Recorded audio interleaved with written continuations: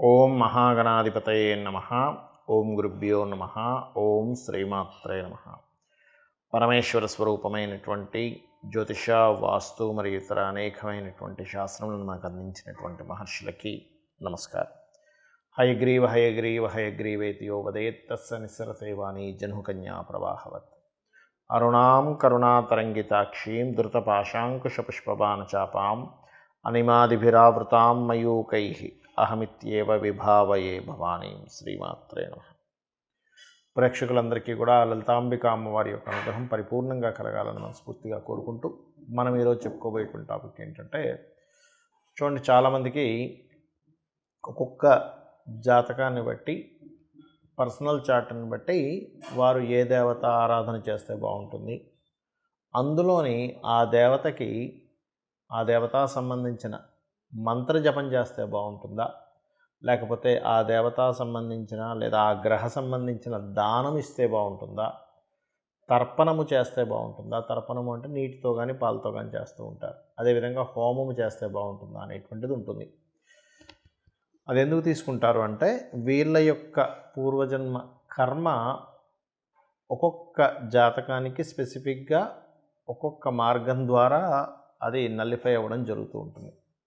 ఆ రకంగా అది పర్సనల్ చార్ట్ చూడాలి. మరి పర్సనల్ చార్ట్ అనేటువంటిది చూసుకోవాలంటే ఎవరికి వాళ్ళకి తెలిసి ఉండాలి, లేదా ఏదైనా ఆస్ట్రాలజర్ని కన్సల్ట్ చేసి ఉంటే వాళ్ళ లగ్నం నుంచి లగ్నాధిపతి ఎలా ఉన్నాడు, పంచమాధిపతి అంటే ఉపాసనా స్థానాధిపతి ఎలా ఉన్నాడు, లేదా భాగ్యాధిపతి ఎలా ఉన్నాడు, వీళ్ళకి ఏ పర్పస్ మీద అయితే వీళ్ళు పూజ చేస్తున్నారో, లేకపోతే హోమం చేస్తున్నా, తర్పణం చేస్తున్నా, ఆ పర్పస్ని ఫుల్ఫిల్ చేసేటువంటి గ్రహ దశ నడుస్తుందా లేదా, ఒకవేళ నడవనట్లయితే ఆ గ్రహ దశ అనుకూలించేలాగా ఏ దేవతకు చేసుకోవాలనేటువంటిది ఉంటుంది. అయితే ఇవాళ మనం చెప్పుకోబోయే టాపిక్ ఏంటంటే, సహజంగా మీరు పలానా లగ్నంలో పుట్టారు, ఉదాహరణకి మేష లగ్నంలో పుట్టితే ఎవరికి తర్పణం కానీ హోమం కానీ ఇవి చేయాలి, లేదా వృషభ లగ్నంలో పుడితే ఏంటి అనేటువంటిది నేను మీకు ఒక్కొక్క లగ్నరీత్యా నేను చెప్తాను. కుంభలగ్నము, కుంభరాశి. కుంభం వారు వీలున్నంత మట్టుకు తీర్థాలకు వెళ్ళి అక్కడ తీర్థ స్నానాలు చేయడం ఇంకా చక్కటి ఫలితాలు ఇస్తుంది. ఒకటి, తర్పణాలు అక్కడ వదలడం ఇంకా మంచి ఫలితాలు ఇస్తుంది, ముఖ్యంగా మీనం వారికి. ఎందుకు అంటే, మీనం అంటేనే, మీన లగ్నంలో మీరు గమనించిన వాళ్ళు చూడండి, మీన లగ్నంలో జన్మించిన వారు, మీన రాశిలో జన్మించిన వారికి అన్వేషణ ఉంటుంది. అసలు నేను ఎందుకు జన్మించాను, నా లైఫ్ ఏంటి, నా యొక్క లైఫ్ డెస్టినీ ఏంటి అనే ఆలోచనలు ఎక్కువగా ఉంటాయి వారికి. ఎందుకంటే ఇది ఆఖరి జన్మ కాబట్టి వారికి. అందులో మీనంలో జన్మించిన వారు కొంతమంది విదేశాలకు వెళ్ళిపోయి అక్కడ కూడా స్పిరిచువల్గా ఉంటూ అలా కూడా వాళ్ళ లైఫ్ అనేటువంటిది గడుపుతూ ఉంటారు. అయితే ఈ మీనము వారికి ప్రత్యేకంగా గుర్తుపెట్టుకోండి, ఇక్కడ ఈ మీన లగ్నము లేదా ఈ మీన రాశి వారు తర్పణము ఎవరికి చేస్తే మంచిది, స్కందునికి మరియు అమ్మవారికి అభిషేకం చేయించుకోవడం. అమ్మవారి మూర్తి ఉంటుంది, చక్కగా ఇంట్లో ఒక చిన్న మూర్తి ఉంది అమ్మవారికి సంబంధించింది, తీసుకోండి, ఇంత దొరుకుతాయి. తీసుకొని చక్కగా శ్రీమాత్రే నమః, లేకపోతే ఓం రాజరాజేశ్వరియే నమః చేసుకోవచ్చు. లేదా స్కందుడిది ఉంది చిన్నది, దాని మీద చక్కగా పసుపు గంధము కలిపిన నీటితో ఉద్దరిని తీసుకొని ఉద్దరినితో చక్కగా ఓం స్కందాయ నమః అనేటువంటి తర్పణం కనుక మీరు చేయగలిగితే ఉన్న ప్రస్తుత పరిస్థితి ఖచ్చితంగా మీకు రిలీఫ్ అనేటువంటిది వస్తుంది. అంటే అప్పుల వల్ల ఇబ్బందులు ఉన్నాయి, మనకి టైం అడుగుతుంటే వాడు ఇవ్వట్లేదు, తెలియకుండానే మీకు ఆ టైం ఇవ్వడం అవతల వాళ్ళు. ఈ సమయంలో, ఈ టైం ఇచ్చిన సమయంలో కొంచెం సర్దుకొని వాళ్ళకి వేరే రకంగా ఇన్కమ్ సోర్స్ పెంచుకొని వాళ్ళకి దానం ఇవ్వగలగడం, ఇట్లాంటివన్నీ జరుగుతుంటాయి. మరి మీరు దానం ఏమి ఇవ్వాలి చూసుకున్నట్లయితే, మీరు నువ్వులు అంటారు, తెల్ల నువ్వులు, నీలం రంగు వస్త్రము, వీటిని దానంగా ఇవ్వండి. ఇచ్చినట్లయితే ఏమవుతుంది అంటే, మీకు ఏదైతే ఒక్కోసారి చూడండి, మనం ఏదో ఇన్వెస్ట్మెంట్ చేస్తూ ఉంటాం కానీ లాభం రాదు. అరే ఏమిటి లాభం రావట్లేదు, ఎంత ఇన్వెస్ట్మెంట్ చేస్తున్నా ఎప్పుడు ఇన్వెస్ట్మెంటే అవుతుంది కానీ లాభం రావడం కుదరట్లేదే అంటూ ఉంటాం. అలా ఇన్వెస్ట్మెంట్స్ అనేటువంటివి ఏవైతే ఉన్నాయో, మీ ఇన్వెస్ట్మెంట్స్ లాభం రూపంలోకి మారుతుంది మీరు నువ్వులు కనుక దానంగా ఇస్తున్నట్లయితే. ఏ రోజు ఇవ్వాలి, శనివారము నాడు నువ్వుల్ని నీలం రంగు వస్త్రములో పెట్టైనా వస్త్రంతో పాటైనా సరే కేజీ బావు నువ్వులు శనివారాలు ఇస్తుంటారు. ఎన్ని వారాలు ఇవ్వాలి, ఒక 7 వారాలు ఇవ్వండి. దాని తర్వాత మీ ఇష్టం, మీకు ఇంకా బాగా అనిపిస్తుంది పెట్టుకున్న ఇన్వెస్ట్మెంట్స్ నేను దానం ఇవ్వడం వల్ల బాగుందని. కాకపోతే పొరపాటును కూడా నువ్వుల్ని గోవులకు తినిపించకండి. తెలియక చాలామంది ఏం చేస్తారంటే బ్రాహ్మణుడు తీసుకోవట్లేదు కదండి గోవులకు పెట్టేస్తామంటారు. గోవుకి పాపం చూడండి, మీకు తెలిసే ఉంటుంది, మనుష్యులకు కూడా గర్భంతో ఉన్న స్త్రీ కనుక తీసుకుంటే గర్భం విచ్ఛిన్నం అవుతుంది. మరి గోవుకు పెట్టేశారనుకోండి, గోవు గర్భం విచ్ఛిన్నమైంది అనుకోండి, అది మహాదోషం. కాబట్టి గోవులకు పెట్టకండి నువ్వులు. మరి ఏం చేయాలి? నువ్వులు బదులుగా ఏం పెట్టచ్చు? బెల్లం ఉంటుంది, చక్కగా బెల్లం తినిపించండి. ఐరన్ పెరుగుతుంది గోవుకి, ఇంకా శక్తివంతంగా ఉంటుంది. నిజంగా గర్భంతో ఉన్న గోవుకి కనుక ఐరన్ శాతం ఉండేలా పెడితే లోపల ఉండేటువంటి దాని యొక్క దూడ కూడా ఎంతో ఆరోగ్యవంతంగా పెరుగుతుంది. దానివల్ల మీకు ఇంకా పుణ్యం వస్తుంది. మరి కొంతమందికి జన్మజాతకం ఉండదు, వాళ్ళ డేట్ ఆఫ్ బర్త్లు తెలియదు, వాళ్ళ లగ్నం తెలియదు, వాళ్ళ రాశి కూడా తెలియదు. అప్పుడు ఏం చేయాలి? జనరల్గా చేసుకునేవి కొన్ని ఉంటాయి. జన్మజాతకం తెలిసి వాళ్ళు తీసుకునే దీన్ని బట్టి ఉంటుంది. ఇది రెండు రకాలుగా ఉంటుంది. ఒకటి మీకున్న సమస్యని బట్టి, రెండవది మీకు సమస్య కాకుండా జనరల్గా చేసుకునేటువంటి పద్ధతి.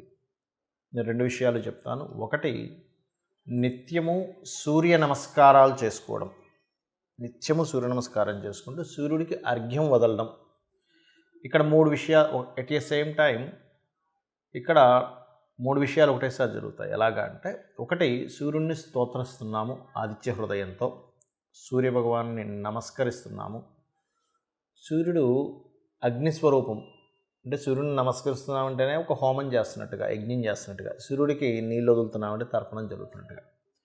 దీంతోపాటు మీరు ఆదివారం నాడు కానీ, సప్తమి వచ్చినప్పుడు కానీ, సూర్యుడి యొక్క నక్షత్రాలు అంటే కృత్తిక, ఉత్తరాషాఢ ఈ నక్షత్రాల్లో కానీ మీరు గోధుమలు దానంగా ఇచ్చినట్లయితే, మీ జన్మజాతకం తెలియదు కాబట్టి 4 విషయాలు చేస్తున్నారు. దానం ఇస్తున్నారు, సూర్య నమస్కారం చేసుకుంటున్నారు, అర్ఘ్యం వదులుతున్నారు, స్తోత్రపారాయణం చేస్తున్నారు ఆదిత్య హృదయం. దీనివల్ల ఏమవుతుంది అంటే, మీకు ఏదైతే పూర్వజన్మల్లో చేసినటువంటి కర్మ ఒకవేళ నెగటివ్గా వస్తున్నట్లయితే, ఆ నెగటివ్గా వస్తున్నటువంటి కర్మ అది అక్కడికి అట్లా ఏదైతే ఆ ప్రభావం చూపిస్తూ మీకు ఇబ్బంది కలుగుతుందో ఆ ప్రభావం అనేటువంటి తగ్గుతుంది. ఇక రెండవది, లలితా సహస్రనామాలు మరియు పితృదేవత సంబంధించిన ఆరాధన. అంటే ఎలాగండి? మీకు డేట్ ఆఫ్ బర్త్ టైం ఏమీ తెలియదు. అప్పుడు ఏం చేయాలంటే, దేవీ భాగవతంలో అమ్మవారే స్వయంగా చెప్పినటువంటి తిథులు కొన్ని ఉన్నాయి. దాని తర్వాత ఇంకో 2 తిథులు కొంతమంది పెద్దవాళ్ళు చేర్చారనుకోండి. అవి ఏమిటి అంటే, ఒకటి చతుర్దశి, అష్టమి, నవమి. ఈ 3 తిథుల్లో నా యొక్క అనుగ్రహం అంటే అమ్మవారి యొక్క అనుగ్రహం చాలా దగ్గరగా ఉంటుందట.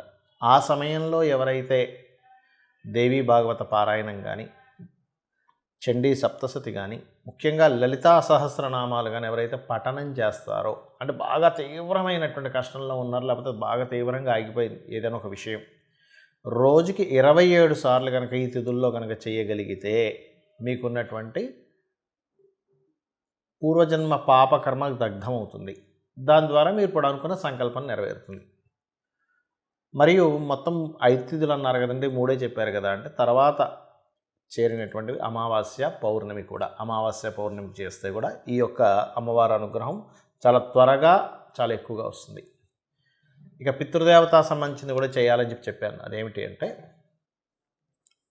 ముఖ్యంగా అమావాస్యల సమయంలో కానీ, మీ యొక్క పితృదేవతలకు సంబంధించిన తిథుల్లో కానీ మీరు, అంటే వాళ్ళు గతించినటువంటి తిథుల్లో కానీ మీరు స్వయం పాకము అంటారు.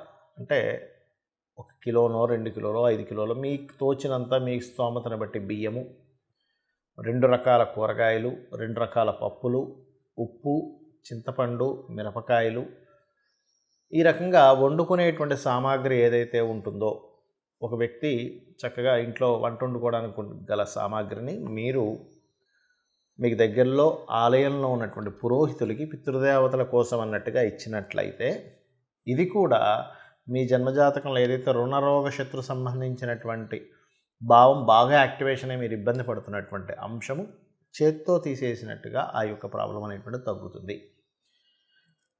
అయితే ఇది చాలామంది ఎన్నిసార్లు చేయాలండి అని అడుగుతూ ఉంటారు. ఒకటే గుర్తుపెట్టుకోండి, నిరంతరము చేయండి.